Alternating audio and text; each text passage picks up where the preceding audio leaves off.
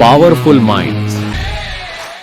क्या आपने कभी सोचा है कि कुछ लोग कैसे कम समय में ज्यादा हासिल कर लेते हैं? क्या यह कोई जादू है या इसके पीछे कोई गहरी सोच और रणनीति छिपी है?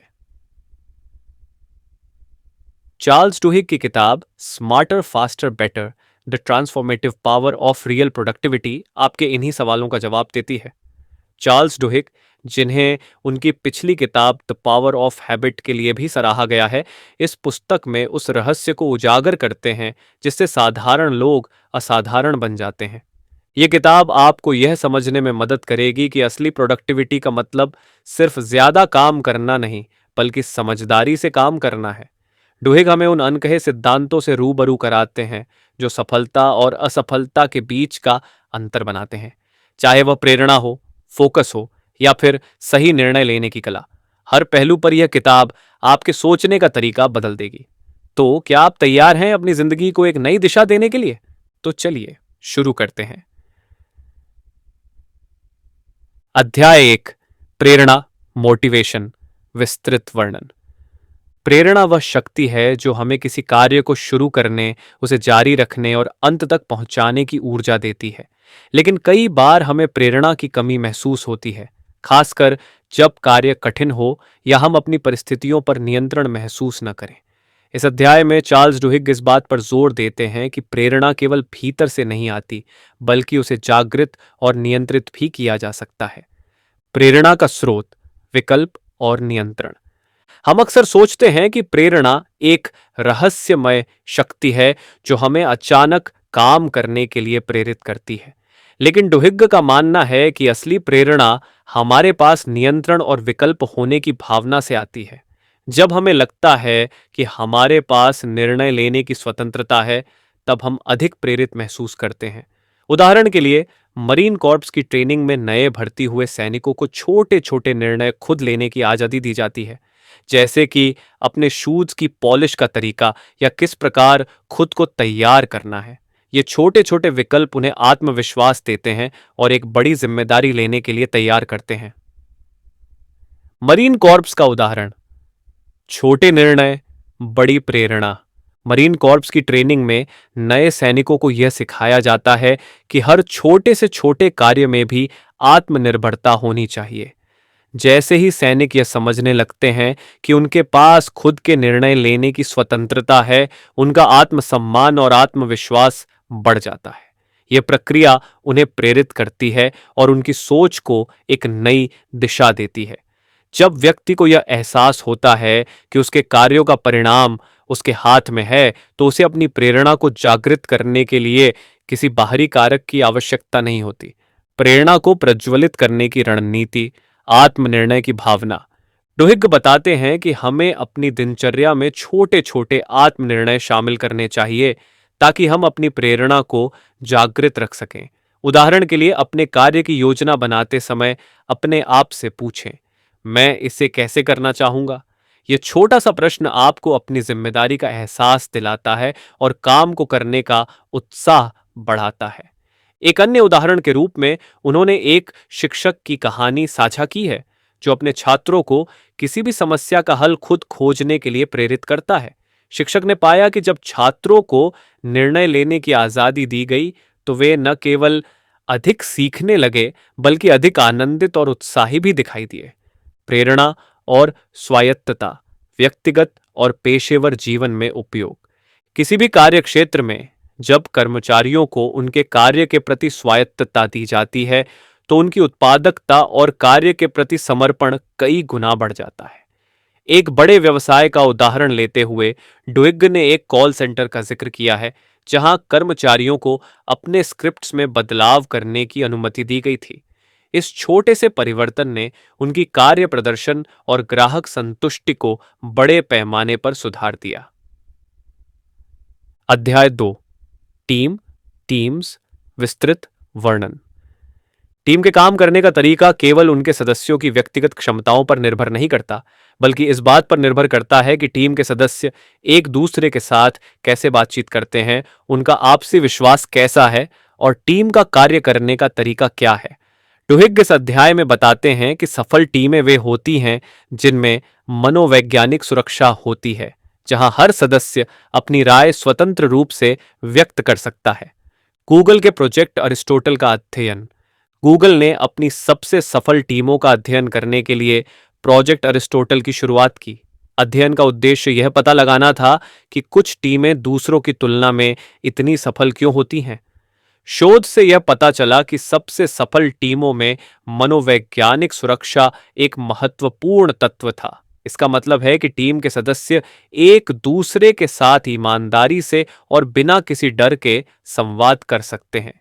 टीम की सफलता के अन्य तत्वों में संवाद का समान वितरण, टर्न टेकिंग, और टीम के सदस्यों की सामाजिक संवेदनशीलता भी शामिल है।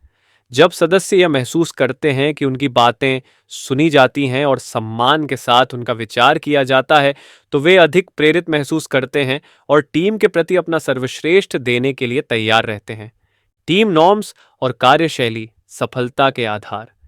टीम के नियम और उनके काम करने का तरीका भी उनके प्रदर्शन पर बड़ा प्रभाव डालते हैं।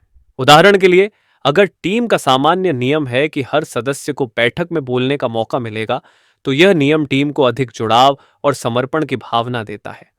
डुहिग बताते हैं कि टीम के नॉर्म्स का महत्व इस बात में है कि ये सदस्यों को एक साझा दिशा देते हैं और उन्हें अपनी राय रखने की आज़ादी भी। टीम में अगर यह सुनिश्चित किया जाए कि हर सदस्य की बात सुनी जाएगी और किसी भी विचार का मजाक नहीं उड़ाया जाएगा, तो टीम बेहतर निर्णय लेने में सक्षम होती है। अध्याय 3, फोकस, फोकस, विस्तृत वर्णन। फोकस यानी ध्यान केंद्रित करने की क्षमता हमारी सफलता की एक महत्वपूर्ण कुंजी है। लेकिन आज की तेज तर्रार दुनिया में, जहां हर तरफ से सूचनाओं और विकर्षणों की बाढ़ आ रही है, सही तरीके से फोकस करना चुनौतीपूर्ण हो सकता है। चार्ल्स डुहिग इस अध्याय में बताते हैं कि फोकस करने की आदत कैसे विकसित की जा सकती है और कैसे यह आदत हमें कठिन परिस्थितियों में भी सही निर्णय लेने में मदद करती है। फोकस का महत्व। सही समय पर सही चीज पर ध्यान देना। फोकस का मतलब केवल किसी एक चीज पर ध्यान केंद्रित करना नहीं है, बल्कि सही समय पर सही चीज पर ध्यान केंद्रित करना है। डुहिग पायलट डगलस क्विलिस की कहानी का जिक्र करते हैं, जिसने एक बहुत बड़ी विमान दुर्घटना को टाल दिया था। जब विमान में अचानक बिजली गुल हो गई और कंट्रोल पैनल के सभी उपकरण बंद हो गए, तो पायलट को कुछ सेकंड्स के भीतर यह समझना था कि समस्या कहाँ है। इस स्थिति में उनके साथी पायलट्स केवल तकनीकी खराबी को ठीक करने पर ध्यान केंद्रित कर रहे थे, जबकि क्विलिस ने अपनी पूरी टीम को नियंत्रित करते हुए सबसे पहले विमान की स्थिति को स्थिर करने पर ध्यान केंद्रित किया। यह निर्णय विमान और उसमें सवार सैकड़ों यात्रियों की जान बचाने में निर्णायक साबित हुआ। इस घटना से डुहिग यह समझाते हैं कि कभी-कभी फोकस हमें अपनी सोच को विस्तृत करके समस्या की जड़ तक पहुंचने में मदद करता है। ये कौशल खास तौर से तब महत्वपूर्ण हो जाता है जब हम किसी दबाव पूर्ण स्थिति में होते हैं और हमें त्वरित निर्णय लेने होते हैं। Cognitive tunnelling. जब फोकस समस्या बन जाता है। फोकस का विपरीत पहलू है कॉग्निटिव टनलिंग, यानी मानसिक सुरंग की तरह सोचने लगना। जब हमारा दिमाग किसी एक चीज पर इतना केंद्रित हो जाता है कि हम बाकी सब चीजों को नजरअंदाज कर देते हैं, तो इससे हमारे निर्णय पर विपरीत प्रभाव पड़ता है। ट्विग बताते हैं कि जब हम टनल विजन में फंस जाते हैं, तो हम बाकी महत्वपूर्ण संकेतों को नजरअंदाज कर देते हैं। उदाहरण के लिए, जब किसी ऑपरेशन थिएटर में सर्जन केवल एक समस्या को ठीक करने में लगा रहता है और बाकी संभावित जोखिमों को अनदेखा कर देता है, तब यह कॉग्निटिव टनलिंग की स्थिति होती है। इससे बचने के लिए आवश्यक है कि हम अपने फोकस को समय समय पर रिशिफ्ट करें और बड़ी तस्वीर पर भी ध्यान दें। फोकस को बेहतर बनाने की रणनीतियां, मानसिक मॉडल्स और स्कैनिंग। डुहिग बताते हैं कि फोकस को बेहतर बनाने के लिए हमें मानसिक मॉडल्स, मेंटल मॉडल्स और स्कैनिंग की तकनीकों का उपयोग करना चाहिए। मानसिक मॉडल्स का मतलब है अपने दिमाग में किसी भी स्थिति की एक रूपरेखा तैयार करना। यह रूपरेखा हमें सोचने और निर्णय लेने के लिए एक दिशा देती है। उदाहरण के लिए, जब हम किसी समस्या का सामना करते हैं, तो हमें पहले उसके सभी संभावित परिणामों के बारे में सोचना चाहिए और फिर यह तय करना चाहिए कि कौन सा रास्ता सबसे सही होगा। स्कैनिंग तकनीक का मतलब है अपने चारों ओर की स्थिति का लगातार आकलन करना, ताकि आप किसी भी बदलाव को तुरंत पहचान सकें और अपनी रणनीति को समय रहते बदल सकें। सकारात्मक दिनचर्या और माइंडफुलनेस, फोकस को मजबूत करने के उपाय। फोकस को बढ़ाने के लिए हमें अपनी दिनचर्या में सकारात्मक बदलाव लाने की आवश्यकता होती है।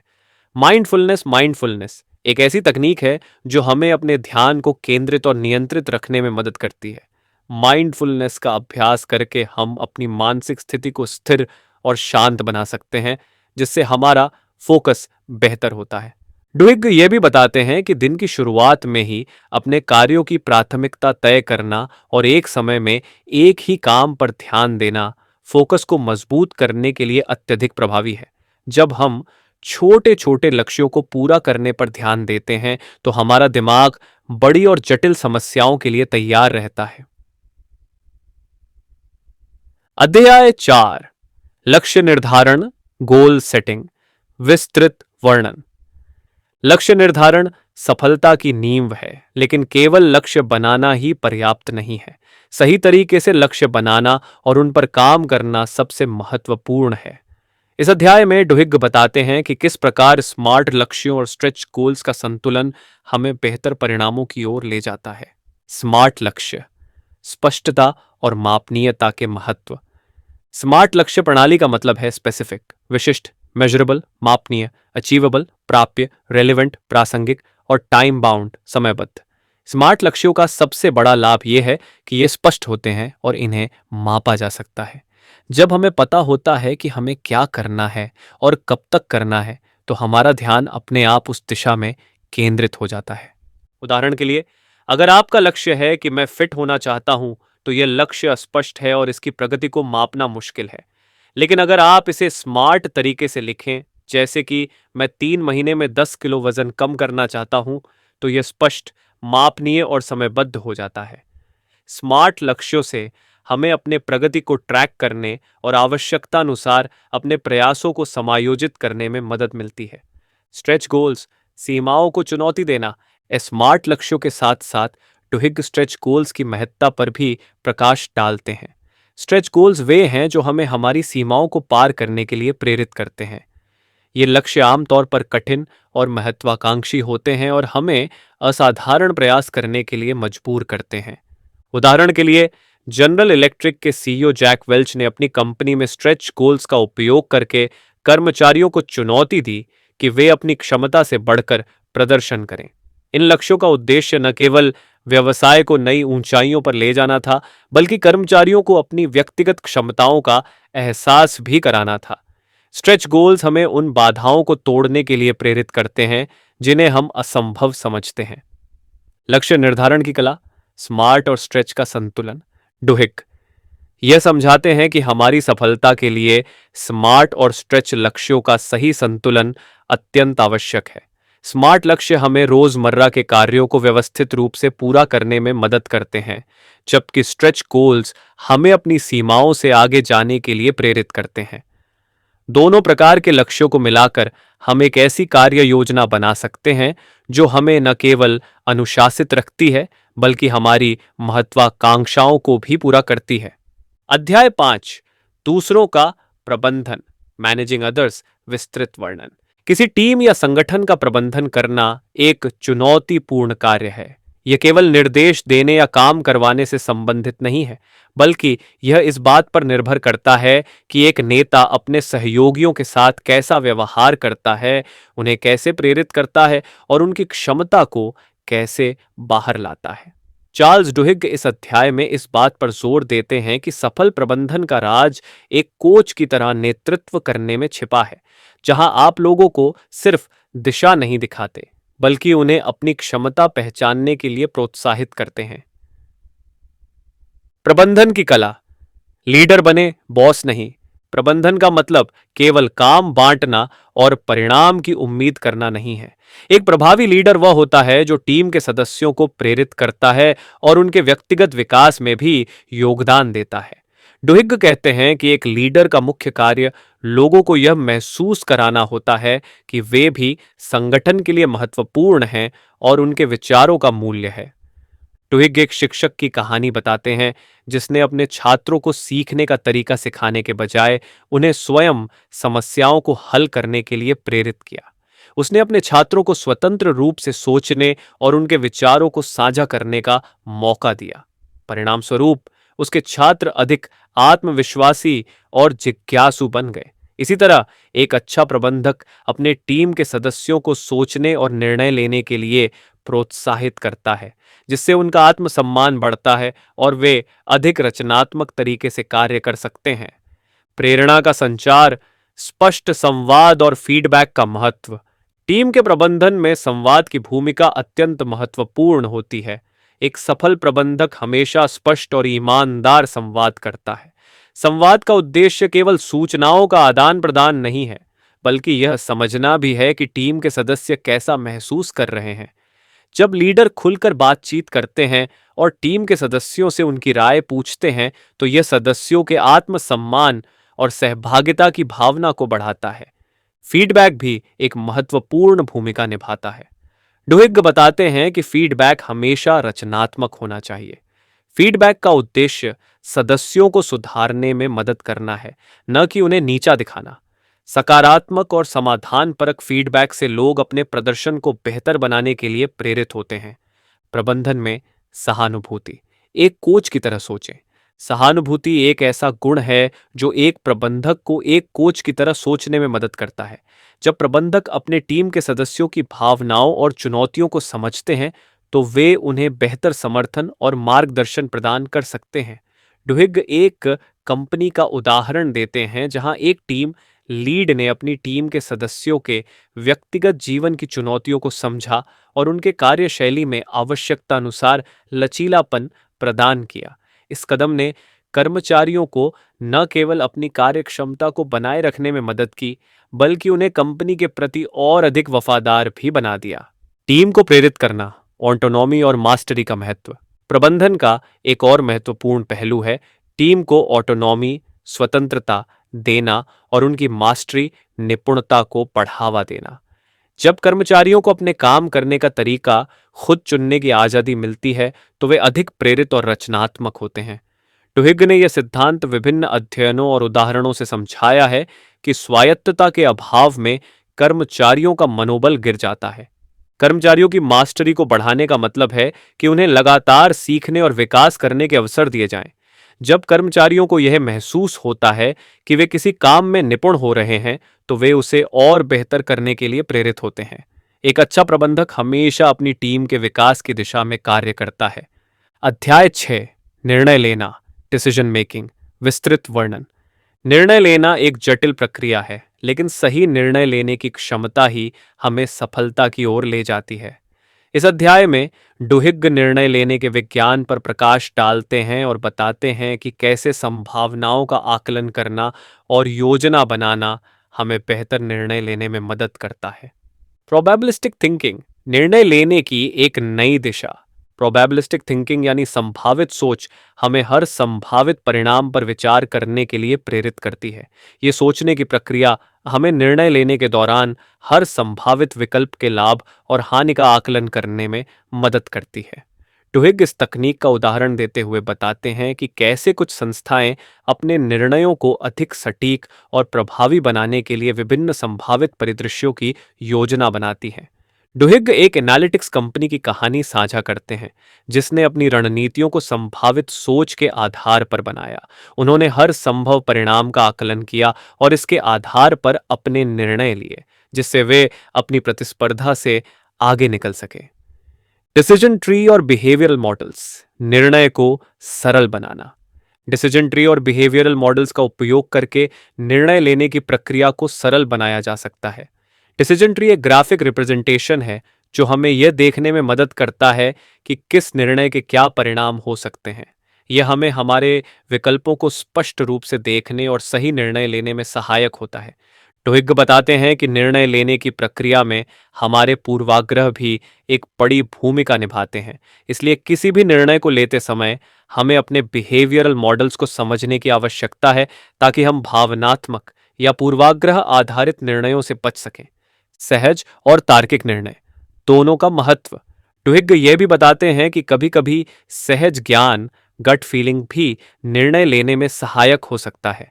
जब हमारे पास डेटा या समय की कमी होती है तो हमारा सहज ज्ञान और अनुभव हमें सही दिशा में ले जा सकता है, लेकिन इसे तभी उपयोग में लाना चाहिए जब हम पूरी तरह से किसी स्थिति से परिचित हों। सहज और तार्किक निर्णयों का मिश्रण एक लीडर को किसी भी स्थिति का सर्वश्रेष्ठ निर्णय लेने के लिए तैयार करता है। टुहिग की यह सलाह है कि हमें अपने अनुभवों से सीखना चाहिए और उन्हें तार्किक ढंग से उपयोग करना चाहिए। अध्याय 7, नवाचार, इनोवेशन, विस्तृत वर्णन। नवाचार किसी भी संगठन या व्यक्ति के विकास की रीढ़ है। ये केवल नई चीजों का आविष्कार करना नहीं है, बल्कि अपने सोचने के तरीके में बदलाव लाना, समस्याओं को नए दृष्टिकोण से देखना और असफलताओं से सीखकर आगे बढ़ना है। चार्ल्स डुहिग इस अध्याय में बताते हैं कि नवाचार कैसे किसी भी क्षेत्र में असाधारण परिवर्तन ला सकता है और क्यों फेल फास्ट की रणनीति अपनाना आवश्यक है। नवाचार का महत्व, सीमाओं से परे देखना। नवाचार का मतलब है अपनी सीमाओं से परे देखना और नए विचारों को अपनाना। टुहिग डिज्नी एनिमेशन स्टूडियो की कहानी बताते हैं, जिसने अपनी शुरुआती असफलताओं से सीखते हुए fail fast, fail often, fail fast, fail often की नीति अपनाई। इस नीति का उद्देश्य था कि जितनी जल्दी हो सके प्रयोग करो और जल्दी से अपनी गलतियों से सीखो। डिज्नी के एनिमेटर्स ने महसूस किया कि असफलता का डर ही सबसे बड़ी रुकावट है, इसलिए उन्होंने प्रयोगों को अधिक महत्व देना शुरू किया और हर असफलता को एक नए सीखने के अवसर के रूप में देखा। इसके परिणाम स्वरूप डिज्नी ने न केवल अपनी गलतियों को जल्दी सुधारा, बल्कि उनकी फिल्मों और कहानियों की गुणवत्ता में भी क्रांतिकारी सुधार आया। सीखने की संस्कृति, असफलता को गले लगाना। डुहिग कहते हैं कि असली नवाचार तब होता है जब एक संगठन या व्यक्ति असफलताओं से डरने की बजाय उन्हें सीखने का अवसर मानता है। जब तक हम असफलताओं से डरते रहेंगे, तब तक हम नई चीजों को आजमाने की हिम्मत नहीं जुटा पाएंगे। इसी कारणवश उन संगठनों में एक सीखने की संस्कृति को बढ़ावा देना आवश्यक है, जहां असफलताओं को खुले दिल से स्वीकार किया जाता है। डुहिग का उदाहरण लेते हुए एयरबस कंपनी ने भी अपने डिजाइनिंग प्रोसेस में इस सिद्धांत को अपनाया। उन्होंने अपने इंजीनियरों को न केवल असफल होने की आजादी दी, बल्कि असफलताओं का जश्न मनाने का भी चलन शुरू किया। यह प्रक्रिया न केवल नवाचार को बढ़ावा देती है, बल्कि कर्मचारियों के मनोबल को भी ऊंचा रखती है। रचनात्मकता का विकास, खुले संवाद और टीम वर्क की भूमिका। नवाचार का एक और महत्वपूर्ण पहलू है रचनात्मकता, जो खुली चर्चा और विचारों के आदान प्रदान से पनपती है। डुहिग बताते हैं कि जब टीमें स्वतंत्र रूप से विचारों को साझा करने के लिए प्रेरित होती हैं, तो नवाचार की संभावना कई गुना बढ़ जाती है। ये इस बात पर निर्भर करता है कि लीडर अपने टीम के सदस्यों को कितना प्रोत्साहित करते हैं और उनकी बातों को कितनी गंभीरता से सुनते हैं। डुहिग पिक्सार की कहानी साझा करते हैं, जहां हर सदस्य को रचनात्मकता में योगदान देने का अधिकार था, चाहे वह किसी भी पद पर हो। पिक्सार ने ब्रेन ट्रस्ट नामक एक प्रक्रिया बनाई, जिसमें हर कोई अपनी राय और विचार स्वतंत्र रूप से व्यक्त कर सकता था। इस खुले संवाद ने पिक्सार को कई ब्लॉकबस्टर फिल्मों का निर्माण करने में मदद की। नवाचार की बाधाएं, पूर्वाग्रह और डर का सामना करना। डुहिग इस बात पर भी ध्यान दिलाते हैं कि नवाचार की सबसे बड़ी बाधाएं हमारे पूर्वाग्रह और डर हैं। हम अक्सर वही करते हैं जो पहले से होता आया है, क्योंकि हमें लगता है कि यही सबसे सुरक्षित तरीका है। लेकिन असल में जब तक हम अपने सोचने के तरीके को बदलते नहीं हैं और नए विचारों को मौका नहीं देते, तब तक हम सही मायनों में नवाचार नहीं कर सकते। डुहिग बताते हैं कि नवाचार के लिए जरूरी है कि हम स्टेटस क्वो को चुनौती दें। हर समय यह सोचना कि यह हमेशा से ऐसे ही होता आया है, हमें किसी भी नई दिशा में बढ़ने से रोकता है। नवाचार के लिए जरूरी है कि हम इस सोच से बाहर निकलें और जोखिम लेने की हिम्मत जुटाएं। अध्याय 8, डेटा का अवशोषण, अब्सॉर्बिंग डेटा, विस्तृत वर्णन। सूचनाओं और डेटा की इस युग में हमारे पास जानकारी की कमी नहीं है। असली चुनौती यह है कि हम उस डेटा का कैसे उपयोग करें और उसे ऐसे निर्णयों में बदलें जो हमारे लिए लाभकारी हो। चार्ल्स डुहिग इस अध्याय में इस बात पर प्रकाश डालते हैं कि कैसे सही ढंग से डेटा को अवशोषित करना और उसका विश्लेषण करना हमारी निर्णय लेने की क्षमता को बेहतर बना सकता है। सूचना का सही उपयोग, डेटा को निर्णयों में बदलना। डाटा का मतलब केवल संख्याओं और तथ्यों का संग्रह नहीं है। ये एक महत्वपूर्ण संसाधन है जो हमें सूचित निर्णय लेने में मदद कर सकता है। लेकिन इस डेटा का सही उपयोग तभी संभव है जब हम इसे समझें और इसे व्यावहारिक निर्णयों में बदलें। टुहिग एयरलाइन इंडस्ट्री का उदाहरण देते हैं, जहां पायलट और ग्राउंड स्टाफ को हर सेकंड अनगिनत जानकारी मिलती है, लेकिन असली कुशलता इस बात में है कि वे इस जानकारी को किस तरह से प्रोसेस करते हैं और कब इसे अनदेखा कर देना चाहिए। गलत जानकारी पर ध्यान देने से गलत निर्णय लिए जा सकते हैं, इसलिए सही जानकारी का चुनाव करना और उसे समझना आवश्यक है। डेटा स्किल्स, पैटर्न्स को पहचानना और अनदेखी संकेतों को पकड़ना।